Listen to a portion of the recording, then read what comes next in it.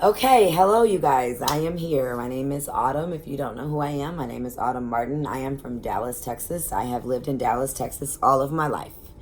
I have those questions come, so I just want you to know. I'm a little nervous. This is my first YouTube video. I made some promotion videos, and if you're new to my channel, welcome. I'm gonna do awareness videos, and I believe that I'm gonna have to make them private. Some of them, they're gonna be pretty graphic. This one will too. This video is going to touch on child abuse in foster care and child abuse period, but mostly circling on what happened to me. My stories of abuse happened a lot. I had a lot of different abusive situations, abusive relationships throughout my life until I was 28 years old when I left my 10-year-old's father. The abuse with him was mental, and from his mother as well. I will talk about that later. But basically what I did, I suffered abuse as a child in a foster situation. I will explain to you how that happened to me and how it became a foster home, because I was the first child she got. She is deceased, and I'm not going to show any disrespect or try to show any disrespect to her family. I am still in contact with some of her family members, so I want to apologize in advance if this video offends you in any way. But this video is my truth, and I'm coming out with my truth. I've always wanted to write a book about it, but in 2020, we have things like social media and YouTube, and I want to bring awareness for children that are being abused, for children that have been abused. I know so many people that were abused as children, that were abused in foster care, that have been abused by their biological parents, and they are silent. They suffer in silence. I'm one of the lucky ones, like they like to say. I didn't grow up to become an alcoholic or addicted to drugs or become a bad parent. Actually, if anything, it made me become a better parent. I'm not a perfect parent by any means. I'm in a custody battle right now with my 10-year-old from her very manipulative grandmother, who is a liar, which I will talk about later in my videos as well, and show proof of that. And a lot of my followers and a lot of people that have already been watching me know the story. If you don't know the story, just hang tight, you will. But I'm a person who clung to and stuck to abusive relationships. My mom, my real mom, she cried to me when I was 28 years old, and she said, when I was in the relationship with Brianna's father, my 10-year-old, and I was getting ready to leave her dad, and I was stuck in the middle of should I or shouldn't I. I had been with this man for almost 8 years, and I didn't know. And my mom cried, and she said, Autumn, I just feel like you attract abuse, and you've been abused all your life, and I know your childhood was my fault, but it seems like you're choosing abuse now, and I think you need to get help. And that's when I started getting help as an adult and going to therapy, which I will also talk about later. I did get, a lot of people ask me, did I get help for the abuse I suffered as a child? Yes. When my mother got me back, which I will talk about, she did get me help for the abuse I suffered in my foster home. So this is how it happened. Now, I could be wrong about how they got me, but my mother has told me her truth, and I'm going to rock with my mother on her truth, because my mother's truth, she has no reason to lie to me, okay?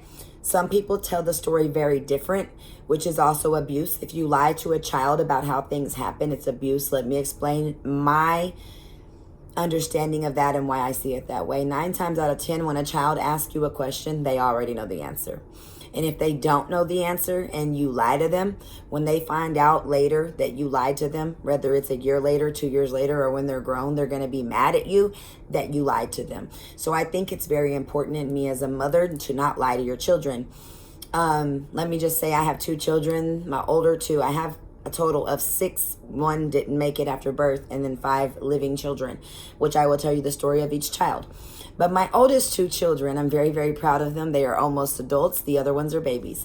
But I had them as a teenager. They saved me. They saved my life. Those 2, they're amazing. And they're wonderful people. And they're very open with me and they're very honest with me. And I have made a point to always co-parent. I will talk about why you shouldn't keep your kids from their other parent, because that also happened to me. I co-parent with their fathers very, very, very, I mean, sometimes I have to grit my teeth. You know what I mean? But I love them. I love my kids' fathers. All of them. My children were all products of relationships.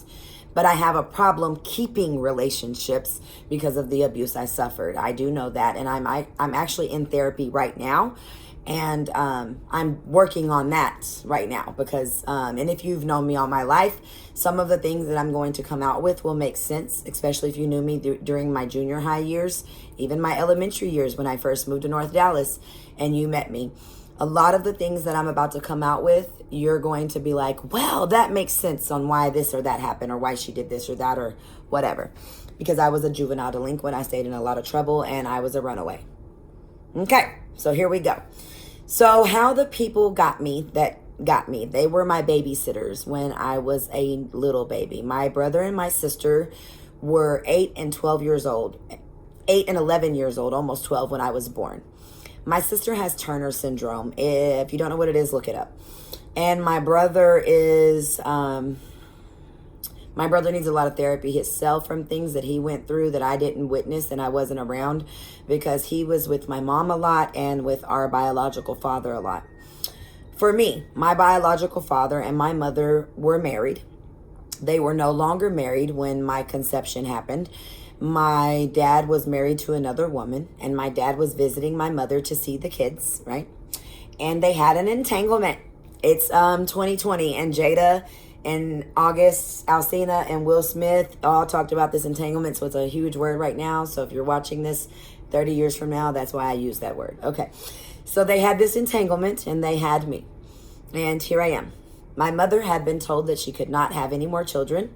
My mother was told when she did find out she was pregnant with me that she needed to terminate the pregnancy immediately and get rid of me. And I wish I knew how to edit my videos right now so I can make like a da-da-da-da-da sound, because yay, I'm here, I'm alive. My mother told the doctors, first you said I can't get pregnant. Now you're telling me this baby's a miracle because I couldn't get pregnant. And then you're telling me to terminate? I don't think so. So my mom had me, and I was born in August of 84. And here I am. I'm a Leo. That's why I have my lion. So the lady was my babysitter. Let me get back on just what happened. The lady was my babysitter. And during the time of her babysitting me, my mother met her through my grandmother's friend, Hazel. My grandmother had a friend named Hazel that she cleaned houses with. And Hazel told my mother, I know somebody that can babysit the baby. My nickname is still the baby. If I'm friends with you, I call you, it's on your caller ID, it'll say the baby. That's why the caller ID says the baby. It has, way before the rapper, I was the baby. So Hazel told my mother, I have somebody that will babysit the baby. My foster mother at the time, she was a woman who didn't believe she could conceive children. And she told me this. She didn't believe she could ever have a child of her own. She had tried and failed multiple times. Her name was Neva Joyce Williams. Rest in peace to her. She did apologize to me, and I did make peace with that woman. Her husband's name was Dudley Williams. You can come after me with lawsuits or whatever you want. It's my truth. It's the truth. And yeah, I don't have a problem putting names out there. So anyway, now that I'm past that, because I had to think about that. Yeah, I'm choosing to put the names out there. But me and Joyce, Neva Joyce Williams, she went by Joyce. Me and her had long conversations when I was 25, when another child was sexually abused in her home. And I won't mention her name. I won't mention the name of the abused. You know what I mean? But she contacted me when I was 25 years old to ask me, could I come testify in court? And that she was sorry she didn't believe me. So this is how that all happened. My molester, Dudley Williams, he even sent me a friend request on Facebook, you guys. He's bold. My molester, I remember my diaper being took off of me, is how long he had been molesting me. They started off as my babysitters, and then my papa died. And my mom was a daddy's girl. She loved her father very much, not to discredit my grandmother, but she was just a daddy's girl. And even hearing the stories that my mom tells, you can just tell she was a daddy's girl. So she took the death of my grandfather very, very hard. And I was a new baby. And she had help with my brother and sister. My father was denying me as his child, which later we got a DNA test and I was his child. And I'll talk more about that and about how I wasn't around him later, and why it's important to, no matter what, be in your child's life and don't keep your kids from their parent. But anyway, so because my siblings went to live with my biological father, they were already babysitting me. From my understanding, they had told my mother that they could keep me as long as she needed them to keep me during the time that she was grieving my grandfather. I understand, and I could be wrong, but I understand that that's around the time my mother took her first big fall in life and started using. And I don't want to put blame on anybody with that, but I do know that. And I'm not just going to bash my mother. A lot of people have addictive natures, and also I do know for a fact that drugs were around her. So these people kept me, and my mother had told me that she thought that I was happy there. The woman learned when she got me, I was the first child she ever got. And then her husband, Dudley Williams, had 4 other children, 3 girls and a boy. And they were already teenagers, and I remember them fighting. I remember one of the teenagers literally like throwing down with my foster mom. So they didn't like her in the beginning.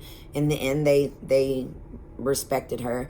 There was one of the sisters that I really, really loved and looked up to, Angie. It's kind of hard with the things that happened with that and the lifestyle that when I went back to live with my Native American mother, and how they acted like they were racist, basically. And I got into a heated racist argument with her husband on Facebook. So I kind of lost that respect for her. But as a child, I loved her because we didn't talk about race when I was little, you know. But I was abused in that home. And she had learned that she could adopt other kids or not adopt. If you take in a child as kinship because you're related to somebody. And some of you, like Teresa Williams, Kenneth's wife, Teresa Williams, because there's 2. I'm talking to Teresa Williams, Kenneth's wife.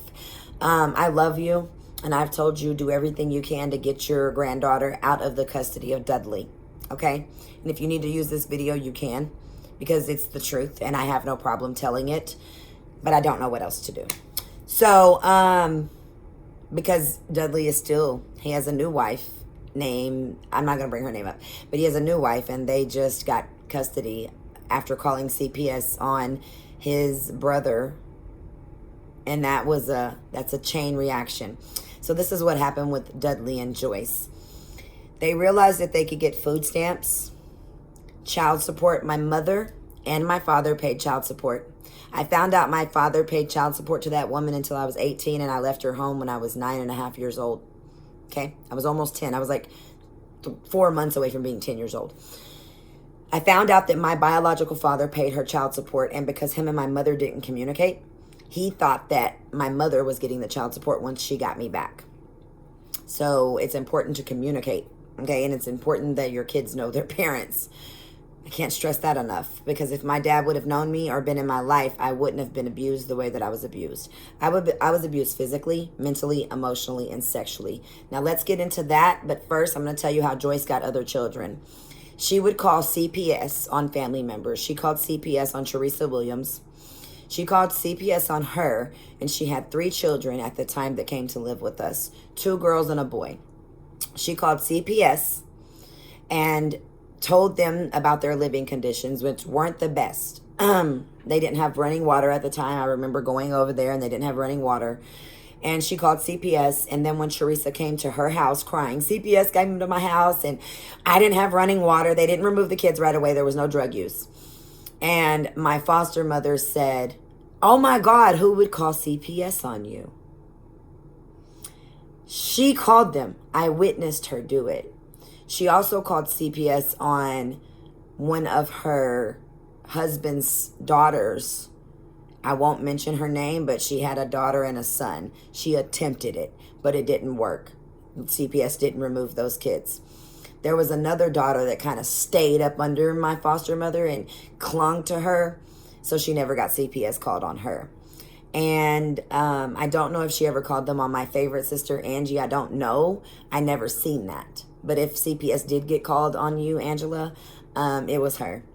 So she called CPS on Teresa Williams, and we got her 3 kids came to live with us. And when them kids came to live with us, there is one of them, the oldest girl, she wanted to go live with her mother so bad. She wanted to go home so bad. Her and I were like 2 years apart. So they got her when I was in first grade. So I was 6, so she was probably 4. And she would scream, and when she would scream, she would get beat. She wouldn't get food. She wouldn't get water. This is how it happened for me too. So for food-wise, I had to eat everything on my plate. And I was a very small child. I was a very petite child. And I still to this day, I can't eat a lot at one time. I can't eat large portions. And she would make me eat my food until my stomach hurt. Sometimes I would throw up and they would say I was faking it. Sometimes my stomach would hurt. I'd have to use the bathroom in the middle of the night. Mind you, this woman couldn't cook. She didn't season her food. It was nasty. She made me hate vegetables. I hated green vegetables. My mother, when I went to move with her, had to show me that she seasoned her vegetables and cooked them right so I would eat them. And she had to hide my spinach and my meatloaf because I just refused to eat vegetables because they were nasty. So she would make me clear my plate. And I couldn't have anything to drink, not even water. You know how you drink something to wash it down because it doesn't taste good, but you're a kid and you got to eat what your parents say. There were times that I fell asleep at that table because I just got to the point where I would refuse to eat my food. And she had this saying, either eat it or wear it, is what she would say to me. Meaning I either had to eat my food or she would dump it on me after I took my bath. So I would go to bed with food on me. Did I ever get food dumped on me? Yes, I did. And I had to go to sleep with food in my hair that she made me wear. That's one thing that she used to do. And it was terrible. And I wasn't a kid with a big appetite. I could take 4 or 5 bites and I would be full. Would I be hungry later? Yeah, but she would tell me, don't come later saying you're hungry because I'm not going to let you eat past whatever time was dinner. Breakfast foods, cereal, things like that. When I moved in with my real mom and found out I could eat cereal any time of the day, I think I ate cereal like 5 times a day for like 5 years because it was the best thing to me. I wasn't allowed to eat cereal. Mind you, this woman got food stamps for me and the other 3 children. But she would tell me my mother hated me. My mother would come get me on the weekends. Every weekend, my grandmother or my mother would come get me. Every holiday, I went to my great aunt's house where the family spent the holidays, and I stayed there the whole Christmas break, Thanksgiving break. And I got real soul food because they were from Louisiana. They're from New Orleans. Okay, so I would get my gumbo and my Cajun food and food with seasoning over there. I loved it there. I didn't never want to leave. And my aunt, my great aunt, God rest her soul, her name was Wendeline Nelson. And she was Native American and French Creole. They were from, my grandmother, it was Native American French Creole. And my great-grandmother was Native American. Her husband was French Creole. They were from New Orleans. So my great-grandma lived in the home, and I loved my great-grandmother. Laura Bell was her name. We called her Mama Bell. And my auntie, my Aunt Wendeline, and my grandmother, they called her Sister Baby. And I had an uncle, my great uncle. I called him Uncle Papa. So I did have a great childhood on the weekends. I would leave from the foster home. My mom doesn't like me to say foster home because she kind of let me live there, and then it turned into a big situation. The woman took my mom to court, put her on child support, tried to get her to sign over her rights. I'll never forget the day that we went to court and they were going to change my last name to Williams. And back then children were allowed in courtrooms, and I started to cry. And the judge called me to the bench and said, "Why are you crying?" And I said, because my last name is Wheeler, and that's my brother and sister's last name, and I don't want to have a different name from my brother and sister. And they had lied to the judge. The judge said the child knows her biological siblings, And my foster mother gave me this look, like she looked at me like, and I knew I was going to get my ass beat in that car. She looked at me like, and I was like, yes, I know my brother and sister. And the judge said, we're going to leave the child's name Wheeler. They were trying to legally adopt me, but because my voice that day, it stopped them from legally adopting me, but they did put my mother and father on child support. So she was collecting child support from my mom. She was collecting child support from my dad. I found out later the medicine she gave me at night that she told me was for me to go to sleep was Wellbutrin, which was a antidepressant ADHD medication. I'm not going to deny that I have ADHD at all. I'm hyper and I'm all over the place all the time. But she was receiving Social Security from me. I found that out, and she got it until I was 21. I didn't find any of this out until I was almost 30 years old. So she got child support for me even when I was in her home. But she got child support from my mom and my dad. And she got Social Security for me. And she got food stamps for me. And I'm pretty sure she had some type of housing, because we moved from a 2-bedroom to a 3-bedroom house. And then we moved from that 3-bedroom house in Pleasant Grove to a 5-bedroom house in Pleasant Grove on the edge of Box Springs in Pleasant Grove, if you're from the Dallas area. And I went to Richard D. Lego for the last 6 months before my mother got me back. But we, a little bit of backtrack about me. I was the only white child at my elementary school. Not to, this is for my followers who know. And they say that I act black or whatever. This is the thing about it. I didn't even know what other white children looked like except for my foster family at school, my friends and things like that. I went to an all-black school. And I didn't know, when I first moved in with my real mother and I saw white children for the first time, other than TV and other than my foster family's kids, I told my mom they were TV white kids, like Saved by the Bell. Like I couldn't relate to them. And it was hard for me to make friends with them. And when I did, I really didn't know how to act. I was kind of like the oddball. And I had just came out of foster care, so I didn't have nice clothes because my foster mother did not buy me nice clothes. She would tell me, this is what the abuse with that was. I had to call her mom. And if I didn't call her mom, she would beat me. She would backhand me in the mouth and her wedding ring would hit me and bust me in my lip. And I would tell her, you're not my mom. I know my mom. You know, I would see my mom all the time. And I'm like, I know my mom. And she would tell me, your mom doesn't love you. Your mom doesn't want you. And I was like, yes, I did. We went to church every weekend. I'm religious. I am spiritual. I do believe in God. I love God. God has brought me through so much. So don't take me wrong here. But she was a Southern Baptist Bible thumper. Everything, she stuck the Bible down your throat, but she committed every sin in the world. She would tell me to go to the altar every Sunday and pray. And if I didn't want to go to the altar and pray, I got whooped when we got out of church. So I would go to the altar because I had to, and I would get on my knees, and as long as I can remember, I had to be 4 or 5 when I start remembering my prayers, until I was almost 10 when my mom got me back. Every prayer at the altar, every prayer in Sunday school, every prayer before every meal we prayed as a family, I would bow my head and I would say, God, I just want to go live with my mother.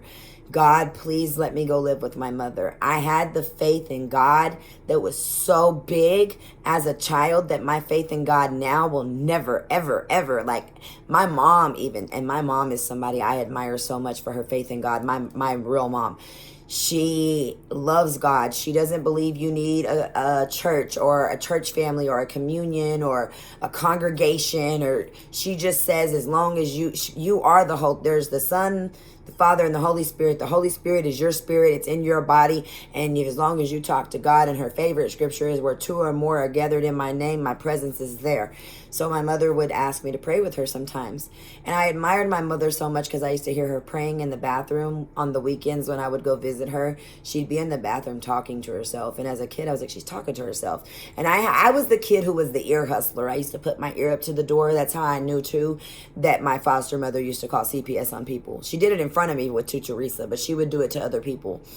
But when she, I don't know what that is, guys. Okay, it's makeup. So I would listen to my mother at the door in the bathroom, and I would hear her prayers. And that's how I learned how to pray, because my foster mother really didn't teach me how to pray. She just said, go to the altar and pray. Go repent for your sins, right? I'm 6. What sin do I have? But she would tell me all the time I was going to hell. She would tell me I'm going to hell because I didn't cherish her as a mother. I was really embarrassed of my foster mother. She was overweight, and she would spend money on herself, clothes, nails, pedicures, getting these big houses. What I hated about living with her was her house was nasty. She had animals. I don't like animals in my house because of this. Feces would be on the floor. She would have mail stacked up this high to the point where when I get mail, when the next bill comes from my cable company, I throw the old one away. And when they're like, "You don't have your bills?" No, I don't keep them because it drives me crazy to have all that mail, because she used to have mail just stacked up. And all she did all day long was sit at the table, talk on the phone, drink Pepsi, and smoke cigarettes, and talk on the phone and gossip about everybody. Typical Bible thumping Christian, but was in church every Sunday, right?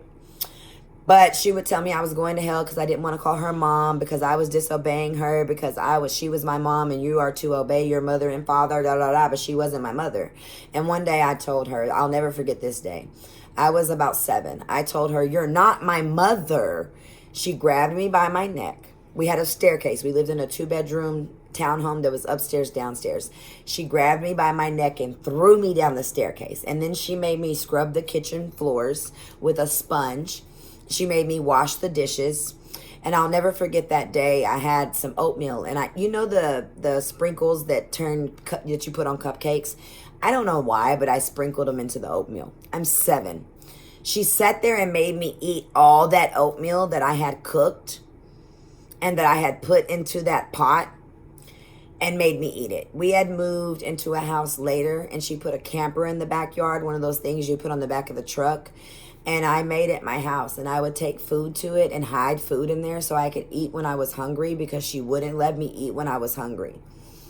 So this was my emotional abuse from her. The physical abuse she would hit me if I didn't want to call her mom. In public, she would do things like this. So if you have foster kids, don't talk down about their parents in front of them. If you have a child that's not with their parent for a temporary situation because they have a problem or whatever, don't talk bad about the thing about it is not only should you not do that for the health of the child, but if the child really loves their other parent, it's going to make them resent you, because I hated her because she used to talk bad about my mother. My mother, in my eyes, when I was a little girl, was the most amazing person. She was a queen. She was beautiful. I looked just like my mother, okay? My mother was a queen. She was beautiful to me. She was amazing. She always smelled so good. She wore White Diamonds by Elizabeth Taylor. And her house was always so clean. And she burned vanilla candles. And she was always so pretty to me. And she wore this blue eyeliner that women did back in the day. And I used to just stare at my mom. And she was just so amazing to me. And my foster mother just wasn't. She was just gross. She would wear the same clothes for like 4 days in a row. Sometimes when she would do my hair, like, I didn't want to sit in between her legs because she had hygiene issues. And she would make me, and she got, my family, my mother is Pentecostal, my real mother, and they don't believe in cutting your hair. I cut my hair because of psoriasis, but your hair is supposed to be all one length in that religion. And my hair was long and blonde and down to the middle of my back. And my foster mother got mad at me, knowing that I loved my hair, when I was in 4th grade. I'll never forget it. And she cut my hair into a mullet. Literally, the top of my hair was this long, and then the back of it was like Tiger King. If y'all seen Tiger King, my hair was cut like Joe Exotic. And when I went to school, the kids were teasing me. My mother would buy me pretty clothes. My grandmother used to make me dresses and buy me pretty clothes. And when I would come home with them to my foster mothers, she would purposely wash them with like pinks, with darks. And she would look at me dead in my face and say, "Oops, it's discolored now. It's ugly now." I'm going to try to make this video just 1 hour, you guys, so I'm at 30 minutes. So she would do things like that. That was just some of it. I don't want to go into detail about all of it because this video would take forever. But we had people, when she had got those other 3 children, we had people that would come to our house, social workers that would come to our house. Mind you, she used to beat us with belts. We used to have marks on us. I used to have to wear long sleeve shirts to school when I had marks on my body. And she would tell me, you better not tell anybody about this. Because if they come take you away from me, they're going to put you with another family and you'll never see your mom again. She knew that I loved my mother. So I never told anybody anything. So she has a cousin. She had a niece named Felicia. Felicia was actually my foster father's niece, and I still have a relationship with Felicia. She's on my Facebook. Felicia, if you're watching this, I love you, girl. I love you. When I was a kid, you were somebody that I looked up to so much. Melissa, you as well. I'm not going to discredit you because I love Melissa more than anything. Me and her are like this. We always were like this. But Melissa witnessed a lot of the abuse I suffered and went through, especially the beatings and me being called the devil and me not being able to eat or me being forced to eat everything on my plate. Melissa actually saw that because Melissa lived with us, but Melissa was a kid herself, so she couldn't report anybody. Melissa's dad, which was my foster mother's brother, offered for me to come live with them one time. He said, I'll literally take Autumn. And I wanted to go, and my foster mother was like, I am the boss of you and you can't go live anywhere else. I was trying to go live anywhere. I ran away one day to the woods and I had took things from the house that were like pillows, blankets, little by little. And then when it got dark, I got scared and went home. But that's another story. That's just kid stuff. I don't know. But it was not normal for me to do that. I know that. But when I was 5 years old, I'll never forget this. Now, this man had been molesting me. Let's talk about me being molested. This man had been molesting me so long that I remember my diaper being took off of me, you guys. I remember there was a bar in Kilgore. And I was so young, my therapist has told me for me to have these vivid memories of this trailer behind this bar. My foster mother was a bartender at this bar, and me and my foster father would be in the camper in the trailer watching TV while she worked at the bar. And he would lock the door and he would crack the blind so he could see her coming, and he would molest me. My molestation was not rape, it was fondling. Some people don't understand the difference. It was fondling, and to the point where doctors couldn't determine if I was being molested or not, or if they called me being raw, putting cornstarch on me, or like a yeast infection. They thought that I wasn't wiping properly when I went to the bathroom, because my biological grandmother took me to Children's Hospital in Dallas 17, 18 times. My grandmother used to drive by there and they'd say, oh my God, there's Ida. My grandma had a burgundy Cadillac. She used to drive by there. She used to ask me, Autumn, is somebody hurting you? Because on the weekends when I would spend the night with her, she would dry me off and she would see that my private area was very, very raw. And I was scared to tell. One time I was bleeding down there and my foster mom said, if you tell anybody else what you told Felicia, because I told Felicia. When I told Felicia, she went and told. So this is how that happened. Me and Felicia were in the bedroom. I was 5. Felicia was probably like 11 or 12. She had just started junior high. And she was telling me about her boyfriend and how they had been kissing. You know how girls talk. And she always treated me like she didn't treat me like I was a baby. I used to lay out with her and when she went to tan. But she was telling me about her boyfriend and I didn't know. And my mind, I'm thinking, that what was going on with who I called daddy, that it was normal. And I told her, well, I kiss daddy and daddy touches me down there and daddy. And that's when she got up and she went and told her mother. I love her mother too. She's on my Facebook. So hi, Aunt Lori, if you're watching this. Lori confronted my foster mother. My foster mother came into the room and beat the shit out of me. I got my butt whooped so hard that day. I had never been whooped that hard ever in my life. And my foster mom told me, when your daddy gets here, you're going to apologize for lying on him. Mind you, I'm 5. What 5-year-old makes that up? And I remember I had a safety pin. I don't remember where I got the safety pin from. But I sat in that bed waiting on him to get home, and I poked myself over and over in my hand and in my leg. I was not ever a cutter or anything, but I was just poking myself.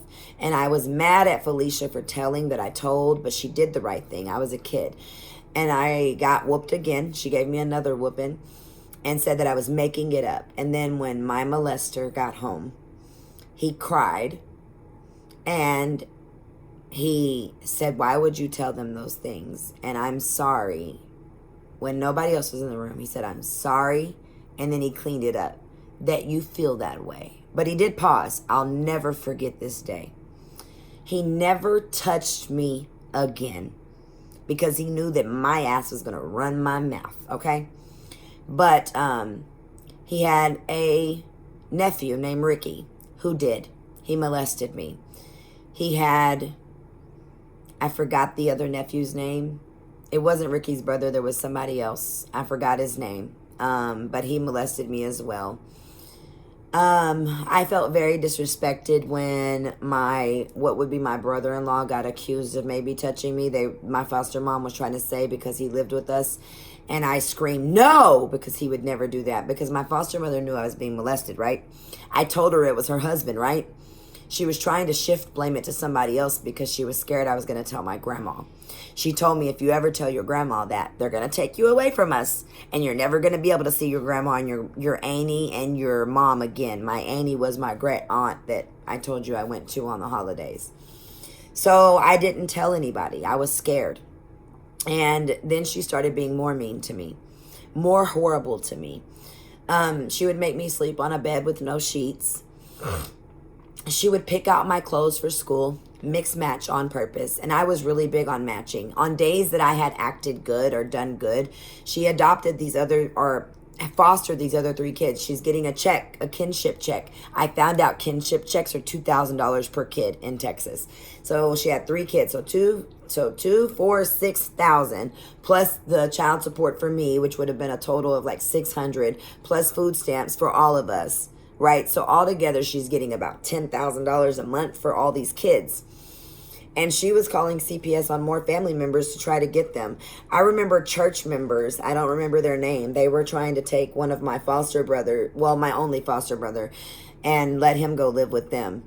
But I acted out sexually with other children because of me being molested.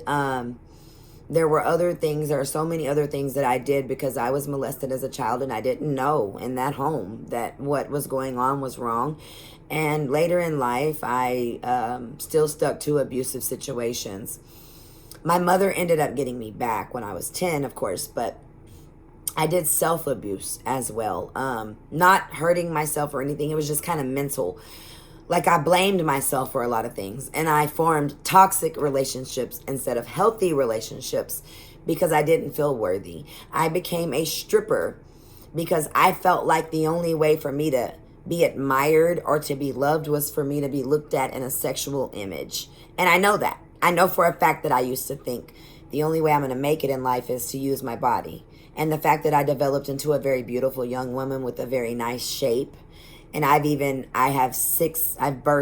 carried 6 children. I have no stretch marks on my stomach. I always took pride in that.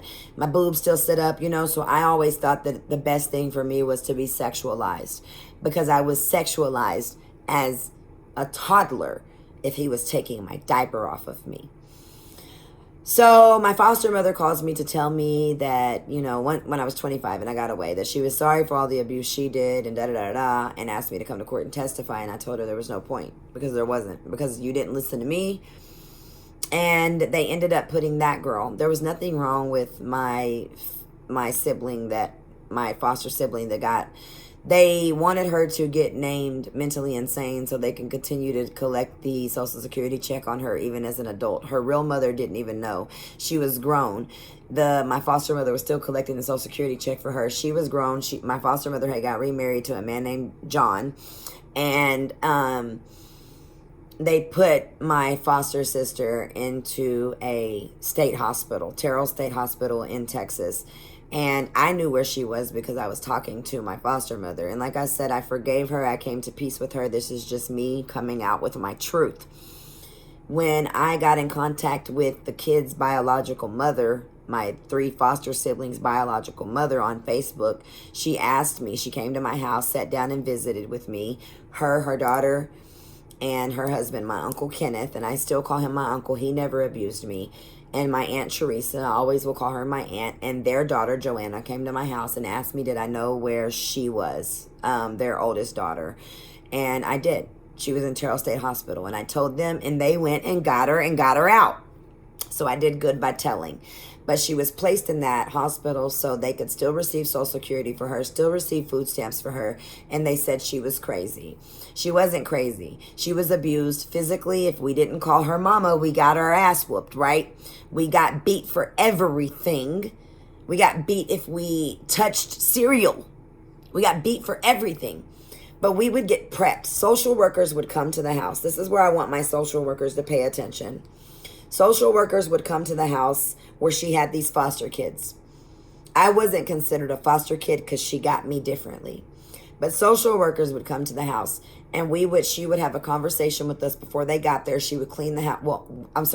We would clean the house really good. They used to make jokes because I was the oldest, and I used to have to clean up. I used to have to do the dishes at 7 years old. I did dishes, I vacuumed, I mopped, I did laundry. I separated the laundry.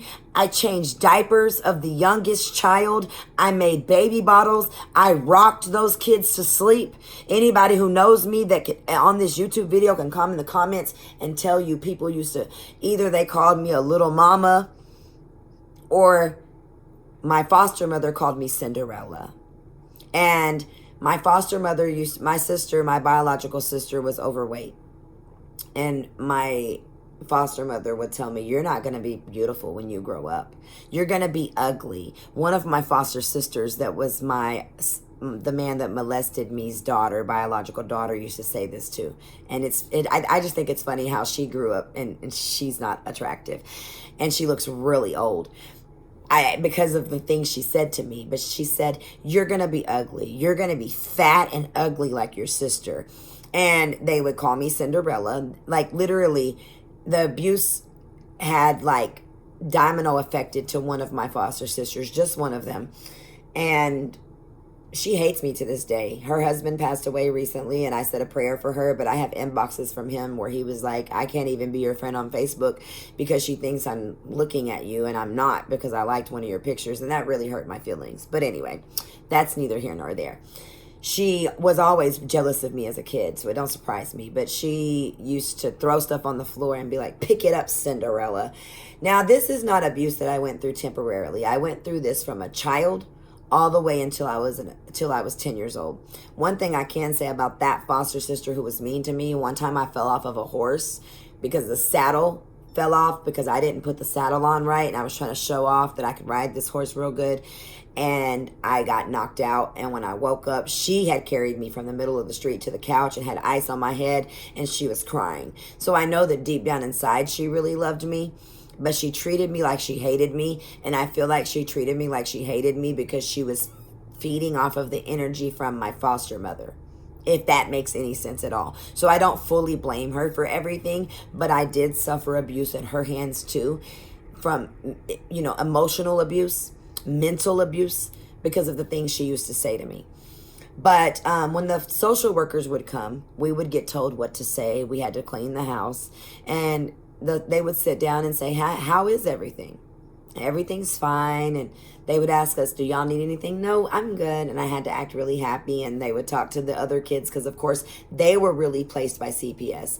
And she would tell those kids, when they ask you, do you want to go live with your mom and dad? Because by this time, their mom and dad had got a house, got their money together, got their Social Security, and was able, because they had another baby that they were able to keep, which is their daughter, Joanna. And Joanna, I know you're going to watch this, baby. I love you to death. I love you, and I'm so proud of you. And congratulations on your engagement. I'm so happy. You make me feel old, but I love you, and you're so beautiful. But they had another kid, Joanna, that they were able to keep, so they could have got their kids back. But my foster mother had coached those kids to say they didn't want to go back. And in the state of Texas, wherever the kid has been, they can choose to stay or go or whatever. So the kids were saying, well, we don't want to go live with her. But they were not saying that because they didn't. Because I remember my foster brother and my foster sister, the younger ones, the CPS ones, saying they wanted to go live with their mom. And my foster mother would tell them, but you got to keep telling these people that you want to live here so you don't go live with somebody else that you don't know, or you guys don't get split up and they send you over here and you over here, because you can't go live with your mom just yet. They're asking you that because if you say that, they're going to take you away from me. And they were like 7 and 8. So they believed this. And what's really sad is I have a child that's being brainwashed by one of her grandparents right now. And kids that young, and I know for a fact because I went through it, I was scared to tell about my abuse. I was scared to tell my mom about that. When I would go with my mom or my grandma and my aunt on weekends and holidays, I blacked it out of my mind. I was so good about forgetting it. And the year that I went to live with my mom, my grandma knew. My grandma knew something wasn't right, no matter what I told her. No matter if I told her I'm not being abused, no matter if she used to call them white trash. Straight up, my grandma was like, they are white trash. And I had that word bad for a long time, calling people white trash, because my grandmother was very adamant. Mind you, again, she's from New Orleans. Very classy woman, very elegant woman. They are white trash. They are treating my baby like trash. Her clothes are dirty. So my grandmother started not sending my clothes that she bought me when I came over there back, because she said she'd never see them again, or they'd be dirty and stained when she's seen them. My grandmother bought me a shirt one year that somebody had made with Barney on it, and they had like actually put the Barney material on it and glued it on there. I found it behind the washing machine molded, and that was done intentionally because it was dirty for the first time, and we couldn't find it, and I really wanted to look for it. And when I found it, my foster mother said, "Oh, too bad. Your grandma bought you that shirt. You really love it. Now it's molded." So I went through all that. The man that used to sexually abuse me, he did it in the attic of the garage, in the camper where she was in Kilgore, in the bedroom when she was gone to food stamp appointments, because she went to them all the time. He would go what's called junking. Mind you, they were what my grandma calls white trash. So he would actually go pick up items out of the dumpster and bring them home and like make them furniture or sell them or just keep them. He was just junky and nasty. And he would tell me, say you want to go junking with me and I'll buy you ice cream or whatever. So I would say I wanted to go with him, but on the times that I went with him, he would really just pick up 2 or 3 things and say, I didn't find a lot of stuff today because we went to the woods. We went to the woods where he could molest me. And he would tell me, I really love you. So for me, with me being sexually molested by this old white man, that is another reason why I just don't have attraction to white men like that. Not to say that I've dated a white man before, actually 3 of them. It was hard for me. Like the first time I had an experience when I was 22 years old with the white boy and he took his shirt off, I gagged. But I had told him this story already. And when I seen his naked chest, I was like I couldn't do it. But that is something that I had to learn to deal with, and something that I had to learn that, every white man is not going to abuse you or hurt you, but it's just something that just doesn't turn me on. And for the longest, I didn't have healthy sexual relationships. I don't know what it is. I get pregnant by somebody and I have a kid and I start hating them. My oldest kid's dad will tell you that, in a relationship, I'm not very sexual, and people will swear that I am because how many kids I have. And he made a joke one day. Every time Autumn has sex, she gets pregnant. Like, she's had sex 6 times in her life. That's how many, and he laughs about it. Of course, he's just saying, like, I'm not active like people think that I am. And then there were times in my juvenile years when I was a child that I was what they call promiscuous. I was very sexually active, and I should not have been, but I was honest with my mother about that. I'll talk more about how great my mother was and how supportive she was with me being open and honest. And I was on birth control. My biological aunt, my mom's sister, who passed away of breast cancer when I was 20 years old, had actually took me to get on birth control because she found condoms in my backpack when I was 14. But I should not have been having sex as young as I was, but I was sexual. And from what my therapist told me, when I was 15 until I was 16, I was in a group home where my mom got me help for the abuse I had suffered, because it didn't come out until her and I started doing therapy for me acting out. Because like I said, when I got with my mom, I blacked out. So this is going to be a little bit longer than an hour. When my grandma came and got me for Christmas break when I was 9.5, she pulled out of the driveway. We lived in this house off, on the edge of Box Springs and Pleasant Grove. My grandma backed out of that driveway, And she said, Autumn, I want you to take a long, good look at that house, because this is going to be the last time you see it. And I started crying. And I said, what do you mean? She said, you're never coming back here again. So you take a good long look at this house. So over that Christmas break, my grandma was like, your mom has a job. Your mom has an apartment. Your mom is clean. And she's been doing good for 3 years. She can get you back. Those people do not have custody of you. The way I told her, they told me they do have custody of me. My grandma said, no, they do not. They do not have custody of you. And you are 10 years old now. And you can make the decision of where you live. Because back then in the state of Texas, it was 10. Now it's 12. She said, you can make the decision where you live. You can say you want to go live with your mom, and Joyce has to back off. And I was so scared, you guys, because I knew that if I said that and what my grandma said was wrong, that I was going to get the living hell beat out of me. But I did it. I did it because I trusted my grandma. My grandma called my mom after during that summer, in Christmas break. Christmas break is like, what, 3.5 weeks? She had pounded it in my head. You go live with your mother. You're going to live with your mother. I will help your mother buy clothes for you. You don't have to take anything from them. And I'm like, okay. And my grandma told me the clothes they have over there is trash anyway. You don't want that. We don't dress like that. We don't. We're elegant. We're classy. My grandma was just so like, you're going home. So I'm like, okay. So the day came for them to come pick me up. They had called and said they were coming to get me. And my great aunt my grandma's sister had no idea what was going on. So my grandma's looking at me and she's like, and I'm like, I don't want to go. And my great aunt was like, what do you mean you don't want to go? And God bless her soul, she didn't believe any of this. She said that them people loved me and that I was believing this and making this up in my head until I was older. When I was older and I told her this, she said, Autumn, I'm sorry for not believing you. But at the time, she didn't believe me. And she said, sister, baby. Her sister was putting this in my head. No. My grandma knew something was wrong with me, but she didn't know what. She knew they were doing something, but she didn't know what.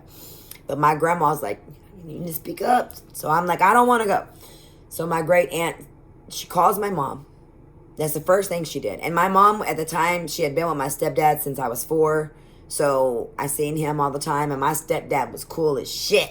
Okay? And he may watch this too. I love you. This was my dad. This is the man that helped raise me. This is the man that was there when I was sick. Back to school clothes. This is what made a father. Okay?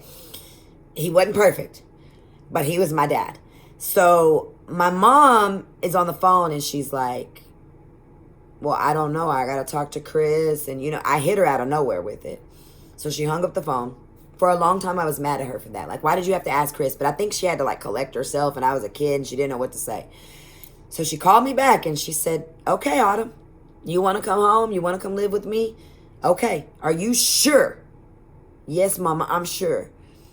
She said, okay, I'll be to get you and we'll go get you some new clothes. And she told me we can go to the thrift store and get you some clothes for now until I am able to get you new clothes. You'll be going to a new school. These kids will not know that these clothes are not yours. She thought that I didn't care about any of that. In my head, I'm like, my prayers are being answered. God is doing what I have been asking God to do for all these years. So my grandma's like, they call my foster mother and they tell her, Autumn doesn't want to come home. Autumn wants to go live with her mother. And I remember her screaming in the phone and I got so scared. And she said, I'm on my way over there right now to talk to her. I don't know what you've put in her head talking about my grandma. That Ida Mae got in her head. Well, Ida Mae just told me what I could do. God rest my grandmother's soul. I loved my grandmother so much. My grandma was amazing. Oh, you guys, my grandma. Personal blog, I'll tell you about my grandma. And like I said, they were from New Orleans, so they had that spiciness, But my grandma's like, when she gets here, you better let her know. So I'm like, okay, I'm going to let her know, Granny. I called my granny Mama, but I'm going to let her know. And my great aunt the whole time is sitting at the table so my foster mother gets there and she has her arms crossed. And she's like, can I come in? She didn't even think she could come in. My great aunt, yeah, she could come in. She invited. She was a godly woman. Everybody was invited into her home. So she came in. I'm backed away because I'm thinking she's going to grab me and take me, right? And my grandma was sitting there, but my grandma had told me before she got there, that bitch can't touch you when I'm here. My grandma knew she used to put her hands on me. So my grandma was smoking her cigarette and just sitting there, almost like she was ready to catch a fade if she had to catch that fade, right? And she said, are you sure you want to do this? You're never going to see me again. This is just the mind of the brainwashing foster mom, second mom, whatever you want to call her. You're never going to, in my head, I'm like, okay, bitch, I don't want to see you again, deuces, you know? But she's like, you're never going to see us again. You're never going to see your daddy again. Skirt. You mean the man that molested me that you didn't believe me about, but I know that you knew that was happening? I'm never going to see him again? I don't care. You're never going to see your brothers and sisters again. Now, mind you, I knew my real brother and sister. I'm like, I want my real siblings. Like, you know, I want them. And I had nieces and nephews by my older foster siblings that were the real children of my molester. And she was like, you're not going to see your niece and nephew again. And I'm like, I don't care. And so then she was like, I'm going to take this to court. I pulled a butter knife. Nobody told me to do this. I pulled a butter knife out of the drawer and I put the butter knife up to my neck. And I said, if I have to go with you, I'm going to kill myself. And my grandma stood up and she said, see right there. If that baby don't want to go with you, she wants to kill herself. Something is wrong at your house. There's something going on to my grandbaby. And I want to know what it is. She was right. But that didn't come out to my mother until later. Actually, I had a probation officer because I started getting in trouble with police and running away and things like that. And doing what I call self-abuse, which my next video will be about self-abuse and how I abused my mother. I abused my mother by trying to hurt her because I held resentment against her for me living with those people. I will talk about that on my next video. But I was doing self-abuse and things like that, but not, like I said, it wasn't self-harm at all. It was mental. It was me running away, me doing this, me doing that, whatever I could do to make my mom cry. But I was told by a therapist later, you were abused as a child, and now you're abusing your mother because you feel like it was her fault. Oh, I got mad at that therapist, but he was spot on. He was all the way right about that. But I just want children, people that were abused in foster care, I want you to know that you're not alone. And I want you to know that you can make a difference and make it better. And children that are currently being abused in foster care, don't let them people scare you. Use your voice. If you have siblings with you and you're scared to be separated, use your voice. You and your siblings, even if you get separated, you can find each other later in life. You do not need to go through abuse to stay together. I know you want to stay together, but abuse can take you a long, long way. There are people that are, like I said, they call me one of the lucky ones. I'm not suicidal. I never have been. I've never attempted suicide. A lot of them do. I've never used hard drugs a day in my life. A lot of them do. I drink when I go out with my friends. Sometimes I've never become an alcoholic. A lot of them do. There are a lot of them molest kids as adults. When I said I acted out sexually with children, I was a child. They molest children. They become molesters themselves. They become abusers to their own children themselves. There's so many things that could happen to you if you are a child in foster care watching this and you are being abused. You need to go tell. Okay. I don't want to get emotional and cry.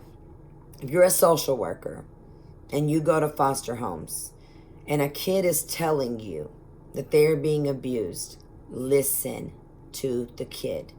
If the kid's not telling you, but you see pain or hurt in that kid's eyes, or that kid seems timid, do little things. Like tell the parents, when I get there, act like I'm not a caseworker and give the kids chores. Tell them to give the kids something to do. Go in there and do the dishes. Tell them to do that before you get there. Go do the dishes. If that child gets up and immediately goes to do them dishes in a scared way, something may be wrong. Because if I tell my kids to go do the dishes, in a minute, Mom, or they ignore me, or sometimes I'll do them in a minute, dang. Because I don't abuse my kids. I've even heard before when my daughter was ranting. I am not your slave. I didn't even eat off none of them dishes. And I'm like, girl, you know what I mean? Like, hold up. But pay attention to the children. I want to take a moment to say rest in peace to Gabriel Fernandez. And I want to say that that's not the first time that's happened, and we know it. And I want to take a moment to say he was failed. He was screaming for help. He was the only child being abused because his stepdad thought he was gay because he had lived with gay family members. Y'all know the story. If you don't, look up Gabriel Fernandez. Text it if you don't know how to spell it into your phone case and look up how he was failed by his mother. He was abused by his mother. He was failed by the system. Everybody that came in contact with that kid failed that child. And they recently just dropped the cases on the social workers for abuse, for neglect, for failing to save that baby. His siblings said they locked him in the closet. They let him poop on himself, pee on himself. They made him eat cat litter. He was failed. And there are things like that that go on. I was treated a little bit differently once they knew that I would talk. Once I told on my foster father for molesting me to Felicia. And Felicia told her mother, and her mother brought it to my foster mother's attention. That man never molested me again. Like I said, there were other family members. There's a man named Damon Williams. Damon, I named my oldest son after you. I don't know where you are. I wish that I could find you. He has a daughter named Barbara, and she has a son named Damon that she named after her father, and she has a daughter named Tabitha. If your name's Tabitha and you have a mom named Barbara and a brother named Damon and a papa named Damon, or if you're Tabitha or Barbara or Damon Jr. or whatever, can you please find Damon for me and tell Damon that I need to speak to him? Damon stopped coming around when my foster mother was trying to accuse him of being the one that was sexually molesting me because she didn't want my foster father to get in trouble for the abuse that he was doing to me. And they made Damon stop coming around. And Damon never touched me inappropriate. Damon was nice to me. Damon would take me to the store and buy me candy. And he bought me a Dallas Cowboys hat one time. And my foster mother took it and threw bleach on it. He was never inappropriate. He used to let me play with his granddaughter. And he considered himself to be Dudley Williams' best friend. I don't know where he is. I haven't seen him since we lived in the townhomes off Peachtree. But I really, really wish that Damon, or his daughter, if Damon unfortunately is gone. I have been trying to find him. I have asked, even before Joyce passed away, I asked her about Damon. I want to know where Damon is. I want to talk to Damon and let Damon know that the things they said about you, I know that they weren't true. I remember everything, and I really, really want to see you. If anybody can find him. Once again, he has a daughter named Tabitha, a grandson named Damon, and another granddaughter named Barbara is his daughter, Tabitha, Damon. Daughter, Barbara, Tabitha, Damon are his grandkids. And I'm sure he has other grandkids and children. I just don't remember them or know them. I would really like to speak to him. I really would. Because they ran that man off for nothing. And I know that he left because he was in danger of catching a case for something. But I would have never lied on you, Damon. I would have never done that. You never did anything to me. Dudley, if you watch this, you know what you did. You know what you did. And I'm going to just put it this way. I know that you did that to Teresa's oldest daughter, too. She's not lying. And for his youngest daughter that was born after me, I'm sorry if you see this video. I know that you know my story. You've heard me and Mama talk before. But I want you to know that my truth needs to come out. But, and his wife, if you see this, I want both of you to know that if anything happens to that little girl that you guys just got from you calling CPS on Teresa, on Linda, I want you to know that if anything happens to that child sexually and she comes out, I will be the voice, because I'm about to start a nonprofit organization for domestic violence victims, for victims of sexual abuse survivors. I'm starting a whole nonprofit organization for all abuse. And I want to open, my first one's going to be a domestic violence shelter. My goal is to open 3 houses. And one of them is going to be for, yes, kids in foster care that nobody wants or that keep getting kicked out of group homes, because kids love me. They attract to me. They talk to me. And if I can be over just that house with the kids and have other people running the other organizations, but I come be a voice and personally speak to everybody, but I'm going to get it. I've got so many fake CPS calls from my 10-year-old's family that I've already gotten off me, and I've been a foster parent twice in the last 3 years, temporary, and I didn't get kinship for the first one. The second one I did, and I used that money to buy her mother a car and get her an apartment so that child could go back home with her mother. I have never been like you people. But if that little girl that you guys have that belongs to Teresa, because that's all y'all know how to do is call CPS, and you have turned into the old Joyce. If anything happens to that baby, I will make sure that your pedophile husband and you go to prison. I will make damn sure of it. And you are well aware that he's a child molester. You are well aware from the allegations from the other child that belonged to Teresa. And you are well aware of my story. So I just want you to know, y'all better treat that little girl like she's an angel and like she's gold, because I will find every single way I can to make sure that that child is okay. Do you understand? Because her grandmother still has rights and contact. And I've already told her to do everything she can to get that child out of y'all's care, and to pay attention when she changes her pamper, and to ask her questions when she can talk. And I mean that. Now, that's just because I know my videos will get watched. If you've suffered abuse, I'm sorry. It's not your fault. If you're questioning God about the abuse you suffered as a child, and you say, well, why would God allow me to go through that if there's really a God? Don't do that. There are bad people in this world, and people have something called free will. Free will means, if you have the game Sims and you give your Sims free will, they kind of do whatever they want to do, right? And they just go burn down the town when you're not looking at them. And that's kind of what God does with us. He wants us to do right. He gives us a book to live by, and the 10 commandments are great things to live by. You shouldn't steal, you shouldn't kill, you shouldn't commit adultery. But we have an 11th commandment. And that 11th commandment is to believe in our heart and confess with our mouth that Jesus Christ is the Son of God, and we will get into heaven. Repent for your sins of the other 10 commandments, okay? So it's deeper than that. If anybody wants to talk on a spiritual level, when I have time, I'll take phone calls.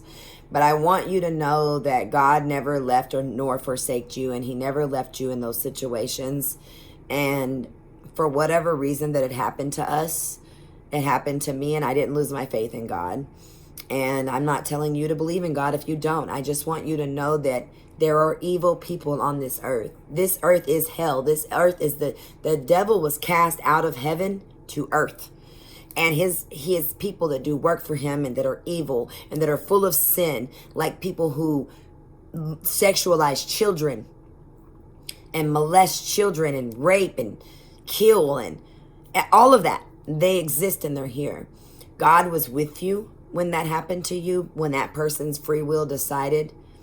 And God is still with you now, and you can turn what happened into you without, you don't have to, you can be with God. I'm not telling you to worship God, but use this. You don't have to have God if you don't believe in God. Get there later. We will pray on that, or I will pray on that. But what you can do earthly while you're here, still in the flesh, is don't be a victim anymore. Being a victim, and when I say don't be a victim anymore, you're away from the abuse now. Don't be a victim anymore. And don't do like I did, that you're going to find out in part 2, 3, 4, and 5 of my videos, that I just kept on looking for toxic relationships and abuse. Mental, physical, sexual, emotional. I kept wanting abuse. I think somewhere in my mind, I didn't really love my mother the way that I should have, because there was no abuse. My mother didn't sexually abuse me. She didn't mentally abuse me. She didn't physically abuse me. She didn't whoop me. She didn't. When I found out I didn't get whoopings, I came home with a D and wore it like I made an A honor roll. Like, because my mother was not abusive. So I took advantage of that and, like I said, did self-abuse. And I was abusing her, like my therapist told me when I was 25, and I got mad, but he was right. Don't do that. But use whatever happened. You don't have to go work with kids. There are runaway shelters. There are group homes in your area that you can Google. If you've came to a good place in your life and you're drug free and you're good and you can go talk, that can be a way of therapy. If you haven't yet, start therapy so you can talk about it if you haven't got it out, because it's something that you need to talk about. So many people get abused even by their biological families, and it gets swept under the rug and don't talk about it. We don't talk about it anymore when it happens. And I don't understand that, but it never happened in my family. Nobody in my biological family, blood related to me, ever hurt me. But if they had, it would have been something that my mother talked about, because my mother, that's where I get it from. She's a talker. But I want you to know that you need to talk about it. Even if you talk about it to strangers, there are hotlines you can call, just crisis lines. That doesn't, people think that those 1-800 numbers are suicide hotlines. No. Sometimes you just need to talk to somebody and you don't have money for therapy or you don't have money for a counselor.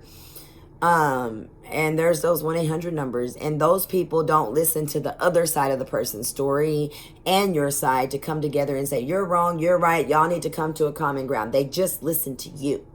They just hear your side. They hear your tears, and they give you advice. Sometimes they ask you, can I pray with you? If you don't believe in God, stay away from the ones that are Christian hotlines. Look up non-Christian crisis hotlines. It can be in another state.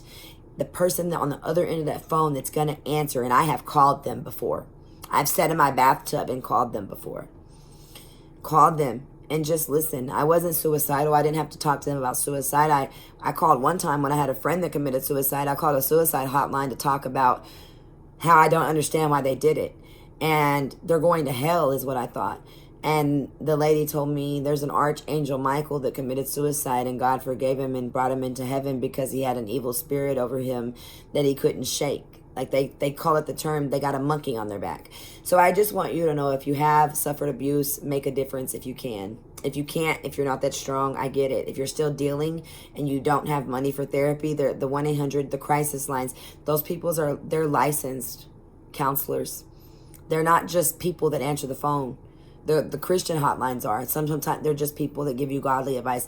The ones that are like a crisis hotline, there are licensed counselors that you can talk to, and you can ask them and tell them, I don't have insurance and I need to find a counselor in my state that will talk to me, a therapist that will talk to me without me having insurance. Also, if you ever need help, you go to the emergency room for a mental breakdown or a state hospital. What they don't tell you when you don't have insurance, ask to speak to the social worker at the hospital. The social worker at the hospital will find you the help you need that you can get for free, and also help you get signed up for free health care if you're low income or no income. And people just don't advertise that. So that's something I think that's important that we know, especially when we're suffering from mental health. And that is just some of the abuse I suffered. I don't need to share with you all of it. This is my first video, and I went past an hour, but it's okay. I'm not that far in, but I'm giving people some advice on what they can do. But I want you guys to know that you're not alone. You're not alone at all. Abuse and the abuser, they don't have favorites. They don't have, I thought for a long time, I had someone when I was in foster care with my foster family, one of the uncles tell me, why do you wear those little bitty shorts? I was a kid.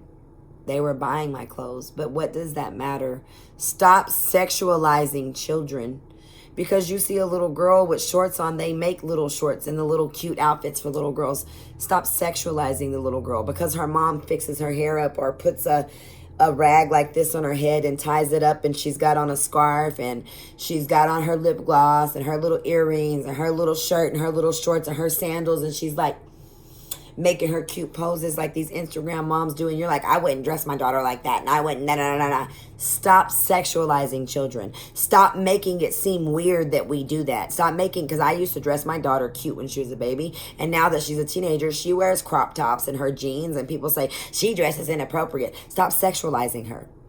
Stop making her dressing. Inappropriate is showing her body, like for real, like her private areas. She doesn't do that.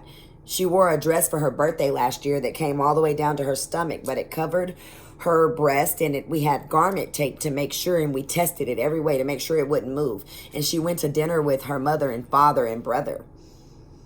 Stop sexualizing children. Stop it. So there you go with that. But yeah, if you need to call a crisis hotline, you can call them. It's not always about suicide. So I want you to know that too. And it's not always about abuse.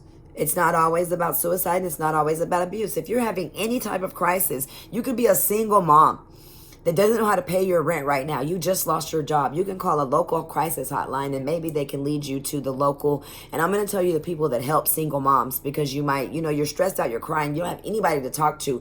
These people talk to you without judgment. If you're in an abusive relationship, domestic violence, they will tell you where the domestic violence shelters are in your area. They will help you, and they will call you back and pretend to be your friend if they know that they'll give you a code word or something. They do this. That's what they're there for. Call these numbers if you have to. Even if you just need to talk to somebody because your family don't talk to you, your friends don't understand you, everybody judges you, right? I've had that happen to me, and I'll talk about that later, how I let friends, so-called friends, abuse me by stealing from me and me still letting them stay in my home, by taking from my children and me still letting them be in my home because I felt like I needed somebody. So that was part of my self-abuse because I was letting that happen. And my mom kept telling me, that person ain't your friend. She ain't your friend. She stabs you in the back. She's waiting on, as soon as you turn around, she's throwing a dagger. I had to learn to be by myself. So that's something else I'll get into later. But if you're suffering from any type of crisis, and single moms, I'll tell you the people that help with, if you just lost your job and you don't know what you're going to do, Catholic charities, they help. Jewish charities, they help. Those are actually the people that give back to the community with the tithes paid by the churches. Because a lot of people say these churches don't help, these big churches, these Christian churches, these New Age churches, these, the big churches, the Southern Baptist churches, they don't help. Catholic, and you have to look up, and it'll be charities, but they're Catholic churches that give back. They help with Christmas, they help with all kind of stuff. And Jewish ministries, so it'll be Catholic charities, look it up in your zip code, Jewish ministries, and then there's the Muslims. I know it's not called church, it's called mosque, but I forgot what their ministries, well, I don't want to say ministries, I'm sorry, that was wrong of me, but their organizations that they have connected to their church to outreach, mosque outreach, community outreach. So Catholic charities, Jewish, I forgot the word now, Catholic charities, Jewish organizations, and then the mosque outreach. Look them up in your area. They help in all areas of the United States. That's just what they do. So if you're struggling, even with therapy, also MHMR. If you need help, and I'm talking mental, you need to go talk to a therapist other than calling a hotline and getting them to help you. Look up MHMR and your zip code. Mental health and mental retardation is what MHMR stands for, but it doesn't mean that you're crazy, and it doesn't mean that you are retarded. I don't like the word retarded put on a label as someone as slow. I like to use it as a joking word. I don't like to use it because I think people who are born like with Down syndrome are gifts from God. I have another video about that later.